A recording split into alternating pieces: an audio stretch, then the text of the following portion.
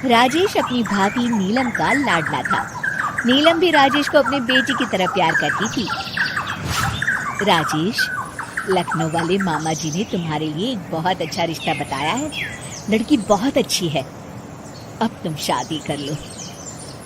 अरे नहीं भाभी, शादी तो बर्बादी है। भला तुम्हारे हाथों के खाने में जो स्वाद है वो किसी और के हाथों में कहाँ। मुझे अभी शादी नहीं करनी भाभी। राजेश की ना नुकुर करने के बावजूद घर वाले उसकी शादी करवा देते हैं, लेकिन फिर भी राजेश अपनी भाभी का पल्लू नहीं छोड़ता। वो अपनी पत्नी को बिल्कुल तवज्जो नहीं देता था। उसके लिए उसकी पत्नी सुधा का होना ना होना बराबर था। अरे राजेश, तुम अकेले बाहर जा रहे हो, सुधा को भी लेते जाओ। अरे क्या भाभी, हफ्ते में एक दिन तो छुट्टी मिलती है और आप वो भी खराब करना चाहती हैं। सुधा बाहर जाके क्या करेगी, वो घर में ही ठीक है। वैसे मुझे देर हो रही है भाभी, चलता हूँ मैं। राजेश की इस बेरुखी से सुधा हमेशा उदास रहती थी।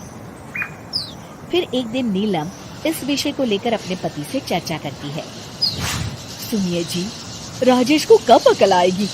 वो तो सुधा की बिल्कुल कदर ही नहीं करता।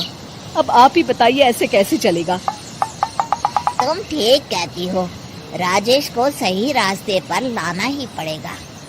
चलो, मैं तुम्हें एक उपाय बताता हूँ। फिर 2 दिन के बाद नीलम बाजार से खरीदारी करके घर लौटती है। ये लीजिए माँ जी, मैं आपके लिए नई साड़ी लेकर आई हूँ। बबलू, ये तुम्हारे लिए। नीलम सबके लिए कुछ न कुछ लेकर आती है। भाभी, आप मेरे लिए कुछ नहीं लेकर आई क्या? अरे राजेश, तुम क्या समझते हो, मैंने कोई बैंक खोल रखा है या फिर घर के आंगन में पैसों का पेड़ लगा रखा है? तुम हर बात के लिए मुझसे उम्मीद क्यों रखते हो? अब बड़े हो गए हो, अच्छा कमाते हो। क्या भाभी, मैं तो बस। अरे बस भी करो, तुम्हारी ये बच्चे जैसी नासमझ बातें सुनने के लिए मेरे पास बिल्कुल वक्त नहीं है। नीलम राजेश को झिड़ककर वहां से चली जाती है। राजेश अचानक अपनी भाभी का ये रूप देख असमंजस में पड़ जाता है। फिर एक दिन नीलम रसोई घर में खाना बना रही होती है कि तभी राजेश वहां आता है। भाभी, आज मैंने अपने बॉस से वादा किया है कि उनके लिए आपके हाथों का बना गाजर का हलवा लेकर आऊंगा। आपके हाथ से बने गाजर के हलवे में तो जादू है, जादू। मेरे बॉस तारीफ करते नहीं थकते। प्लीज अब जल्दी से बना दीजिए ना भाभी। नीलम राजेश के ऊपर भड़क जाती है। तुम्हारा दिमाग खराब है क्या? आखिर तुम मुझे समझते क्या हो? इस घर की नौकरानी? जब देखो तब फरमाइश करते रहते हो, भाभी ये बना दो, भाभी वो बना दो। अरे तुम्हारी पत्नी सुधा भी तो इस घर में रहती है, तुम उससे कुछ क्यों नहीं कहते? भाभी, आप इस तरह की बातें क्यों कर रही हैं? अरे बस भी करो राजेश, मेरा दिमाग और मत खराब करो, जाओ यहाँ से। अपनी भाभी का इस तरह बेरुखी भरा बर्ताव देख राजेश को बड़ा बुरा लगता है और वो उदास होकर अपने कमरे में बैठ जाता है। तभी उसकी पत्नी सुधा वहाँ आती है। क्या हुआ जी, आप इस तरह उदास क्यों बैठे हैं? राजेश अपनी पत्नी को सारी बात बताता है। राजेश की बात सुनकर सुधा मुस्कुरा के कहती है, बस इतनी सी बात। चलिए जी, मैं आपके बॉस के लिए गाजर का हलवा बना देती हूँ। अरे छोड़ो, तुमसे नहीं हो पाएगा, रहने दो। आप तो बस देखते जाइए जी, अभी आती हूँ मैं।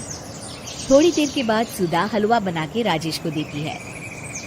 फिर राजेश अपने ऑफिस चला जाता है। शाम को जब राजेश घर आता है तो खुशी के मारे अपनी पत्नी सुधा को गले लगा लेता है।